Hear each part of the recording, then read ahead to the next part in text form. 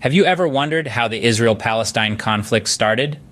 It's a question that has puzzled and intrigued historians, politicians, and everyday individuals alike for decades. To truly understand the roots of this complex and enduring conflict, we need to venture back to the late 19th and early 20th centuries. This was a time when the world was rapidly changing, empires were falling, nations were rising, and the seeds of modern geopolitics were being sown. In this transformative era, two significant movements emerged that would play a pivotal role in shaping the Middle East: Zionism and Arab nationalism. Zionism, a political movement advocating for the establishment of a Jewish homeland in the region known as Palestine, found its origins in the late 19th century. It was a response to centuries of persecution and displacement faced by Jewish communities across Europe. Theodor Herzl, a journalist and political activist, is often credited as the father of modern Zionism. His vision was to create a sovereign Jewish state, a safe haven for Jews worldwide. At around the same time, a parallel movement was taking root: Arab nationalism. This was a push for the independence and unity of Arab peoples, who had long been under the rule of the Ottoman Empire and European colonial powers. The Arabs, who formed the majority of the population in Palestine, saw the influx of Jewish immigrants as a threat to their own national aspirations. In essence, these two national movements were on a collision course, both laying claim to the same piece of land.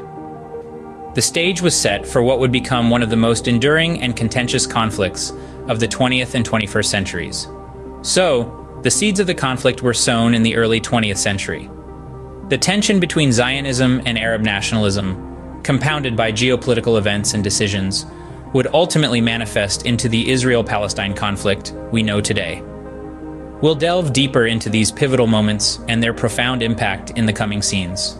Stay tuned as we continue to unravel the intricacies of the Israel-Palestine conflict. How did the British get involved in this conflict, you might wonder? Well, the story takes us back to the early 20th century with the Balfour Declaration of 1917. This was a public statement issued by the British government during World War I, expressing support for the establishment of a national home for the Jewish people in Palestine. While it didn't explicitly mention a Jewish state, many interpreted it as a green light for just that. This declaration had far-reaching implications. It ignited hope among Jews worldwide, many of whom saw it as a stepping stone towards fulfilling their Zionist aspirations. However, it also stoked fear and opposition among the Arab majority in Palestine, who saw their demographic dominance and political rights threatened. Then came the British Mandate for Palestine, a period from 1920 to 1948, when Britain was entrusted by the League of Nations to administer the region. The Mandate's administration was a tightrope walk for Britain, balancing the promises made in the Balfour Declaration against the aspirations of the Arab majority. The British tried to limit Jewish immigration and land purchases, leading to Jewish protests and violent clashes. At the same time, the Arab Palestinians, feeling marginalized and threatened, rose in revolt against both the British and the increasing Jewish presence. This period saw escalating tensions, growing violence, and a hardening of positions on both sides. The British, unable to find a solution acceptable to both Arabs and Jews, decided to hand over the issue to the United Nations in 1947. Thus, the British Mandate ended, leaving behind a complex and volatile situation. This marked another turning point in the history of the Israel-Palestine conflict, setting the stage for the heated battles and diplomatic struggles that would follow in the decades to come. What happened when the United Nations stepped in? Let's delve into it. As the British Mandate over Palestine neared its end, the United Nations proposed a partition plan in November of 1947. The plan was to divide Palestine into two separate states, one Jewish and one Arab, with Jerusalem under international administration. However, the partition plan was met with rejection by the Arab states and Palestinian leaders, who felt it was an unfair distribution. They saw the plan as an imposition on their rights and sovereignty, a sentiment deeply rooted in the historical context of colonialism and external interference. In the aftermath of the partition plan's announcement, violence erupted. This period of unrest culminated in the War of 1948, often referred to as the War of Independence by Israelis, and Nakba, or catastrophe, by Palestinians. This bitter conflict saw the fledgling state of Israel pitted against a coalition of Arab states. It was a war of survival for Israel, a war of resistance for Palestinians, and a war of stakes for the Arab states.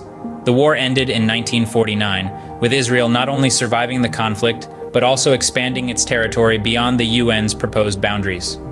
The armistice agreements signed left Israel in control of the territory initially allocated to it, plus more than half of the area that had been earmarked for the Arab state. Meanwhile, the West Bank came under Jordanian rule and the Gaza Strip under Egyptian control. The war resulted in a significant demographic shift, with a large number of Palestinians displaced from their homes, becoming refugees in neighboring Arab countries and in the areas controlled by Jordan and Egypt. With the end of the war, a new chapter in the conflict began. The fallout from the war and the refugee crisis would go on to shape the course of the Israel-Palestine conflict, setting the stage for future confrontations and negotiations. The seeds of resentment, mistrust, and the quest for justice, planted during this time, continue to influence the dynamics of this enduring conflict. Despite the continuous strife, were there any attempts at peace? Turning the page to a new chapter, we encounter the First and Second Intifada, periods of Palestinian uprising that shook the region. The First Intifada, starting in late 1987, was a largely civilian-led protest, marked by strikes, boycotts, and civil disobedience. The Second Intifada, beginning in 2000, was more militarized and resulted in a significant loss of life on both sides. In the midst of these turbulent times, there was a beacon of hope, the Oslo Accords. In 1993, the world watched as Israeli Prime Minister Yitzhak Rabin and Palestine Liberation Organization Chairman Yasser Arafat shook hands on the White House lawn, mediated by U.S. President Bill Clinton. The Accords, aiming to achieve a peace treaty based on United Nations Security Council resolutions 242 and 338, marked the first time that the State of Israel and the Palestine Liberation Organization officially recognized one another. Yet the accords were not without their critics. Many Palestinians felt that the agreements did not adequately address key issues such as Israeli settlements, the status of Jerusalem, and the right of return for Palestinian refugees. On the Israeli side, there were concerns about security and the recognition of Israel as a Jewish state. In the years that followed, several peace initiatives were proposed, including the Camp David Summit in 2000 and the Arab Peace Initiative in 2002. These efforts, however, were marred by ongoing violence and political instability, making the path to peace increasingly elusive. So where did this leave the region? Despite the numerous attempts at peace, the conflict persisted, and the dream of a two-state solution seemed more distant than ever. The peace process was, and continues to be, a complex and challenging endeavor, requiring not only political will, but also mutual understanding and respect. Peace remained elusive despite numerous attempts. As we move forward, we must continue to strive for a resolution that respects the rights and aspirations of both Israelis and Palestinians. Because ultimately, peace is not just about the absence of conflict, but about the presence of justice. So, where does the conflict stand today? Let's delve into the present-day situation.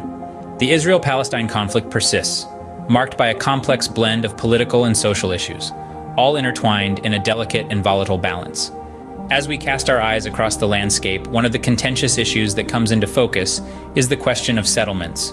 Israeli settlements, primarily in the West Bank, have long been a point of contention. These are essentially residential areas, built on lands that Israel captured in the Six-Day War of 1967. International law views these settlements as illegal, though Israel disputes this.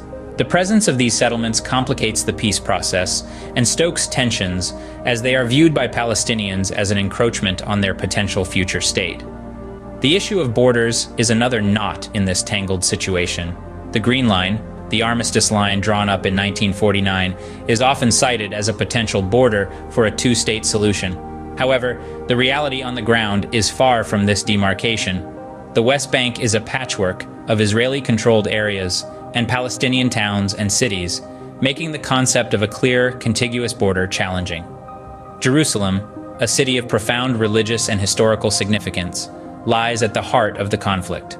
The status of Jerusalem is perhaps one of the most sensitive and complex aspects of the Israel-Palestine conflict. Both Israelis and Palestinians claim Jerusalem as their capital, yet the international community remains divided on its recognition. The city is currently under Israeli control, but the Palestinian community continues to assert its claim. In the midst of these issues, the people of the region, both Israelis and Palestinians, navigate their daily lives under the weight of this enduring conflict. The social climate is charged with narratives of fear, hope, and resilience echoing from both sides. Today, the Israel-Palestine conflict remains a complex and unresolved issue. The road to peace is fraught with challenges, but it is the hope of many that a path to resolution can be found, one that acknowledges the rights and aspirations of all people in this shared land. What does the future hold for Israel and Palestine? As we delve into the future, we find ourselves in a realm of possibilities, each shaped by a myriad of factors. The Israel-Palestine conflict, much like any other, isn't immune to this uncertainty. But let's consider a few potential scenarios that could unfold. One possibility is the continuation of the status quo, with both sides maintaining their existing stances, leading to a persistent deadlock. This scenario, while plausible, isn't sustainable in the long run, as it only perpetuates the cycle of conflict and suffering. Alternatively, we could see a two-state solution, a concept that has been at the heart of peace negotiations for decades. This would involve the establishment of an independent Palestine existing peacefully alongside Israel. However, the road to this outcome is fraught with challenges, from the intricate task of defining borders to the question of Jerusalem's status. Another scenario is the one-state solution, where Israel and Palestine would exist as one democratic entity that respects the rights and identities of all its citizens. Yet this approach raises its own set of complexities, including the delicate balance of ensuring equal representation and preserving cultural identities. Now, these are just scenarios, and the actual future may well be a blend of these or something entirely different. One thing is certain, though: the importance of peaceful dialogue and mutual understanding cannot be overstated. It's through these avenues that we can hope to build bridges, mend fences, and perhaps chart a course towards a more peaceful future. The future of the Israel-Palestine conflict is a puzzle that is yet to be solved. It's a story that's still being written, with each chapter influenced by the actions and decisions of today. What can we take away from this complex history?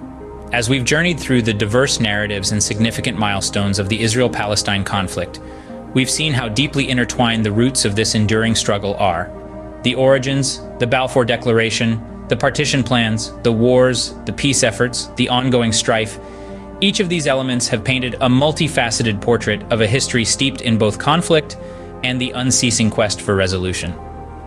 Understanding the complexities of the Israel-Palestine conflict is crucial for anyone seeking to make sense of the ongoing violence and unrest in the region. Thanks for watching the video, and make sure to subscribe to our channel for more in-depth analyses on global issues and other historical topics.